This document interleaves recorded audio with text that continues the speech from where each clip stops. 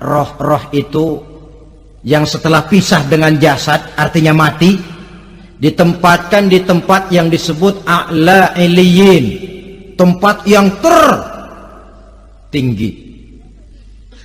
Siapa ini? Arwahnya para nabi dan para rasul. Ini fi a'la iliyin, di tempat yang tertinggi.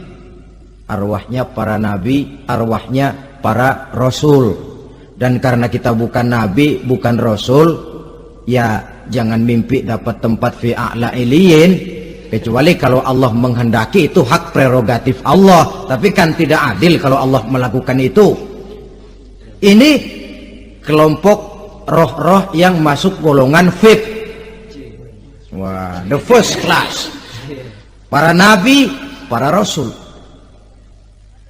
Lalu ada pula roh-roh itu yang setelah pisah dengan jasadnya diumpamakan seperti burung-burung hijau yang berterbangan di perkebun-kebunan surga. Roh siapa mereka ini? Rohnya para syuhada, orang-orang yang mati syahid gugur membela agama. Nah, ini bedanya orang mati syahid dengan pahlawan, ya. Apa bedanya syuhada dengan pahlawan? Kalau syuhada, orang yang gugur membela agama, niatnya karena Allah, mati syahid. Kalau pahlawan, orang yang gugur membela negara, orang yang dianggap berjasa kepada pemerintah. Klimaksnya, kalau orang mati syahid jelas surga, tapi pahlawan belum tentu surga.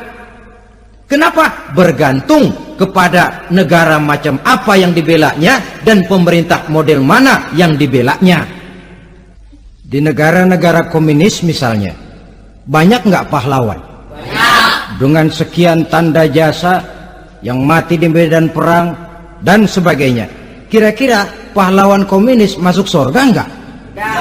Ya, kalau pahlawan komunis masuk surga, kita nggak kebagian kapling di surga barangkali. Inilah bedanya pahlawan dengan orang mati syahid. Kemudian ada pula roh itu yang tertahan di pintu surga. Tertahan di pintu surga. Ini seperti tadi, orang yang mati syahid tapi masih ada kaitan di dunia. Rasulullah pernah ditanya orang, ya Rasul, kalau saya maju ke medan perang bela agama, mati syahid, apa saya masuk surga? Iya, masuk surga. Kecuali kata Nabi, kalau masih punya utang. Nah, tertahan di pintu surga. Ada pula roh itu yang tertahan di alam kuburnya. Ini umumnya seperti tadi itu.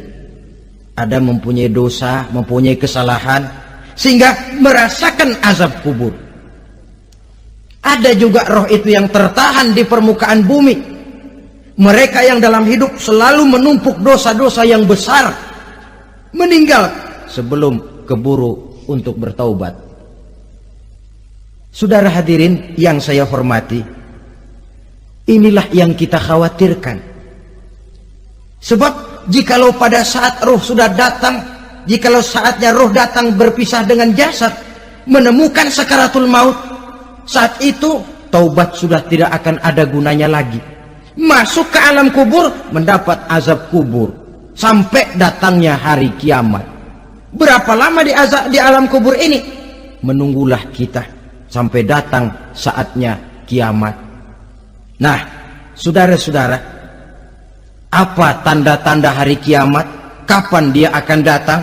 Bagaimana hal ihwal manusia pada saat terjadi kiamat? Bagaimana alam ini? Bagaimana perhitungan di padang mahsyar?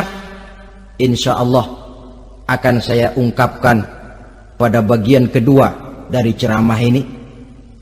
Insya Allah kita akan lanjutkan pembicaraan ini sampai kepada terminal paling akhir, surga dan neraka.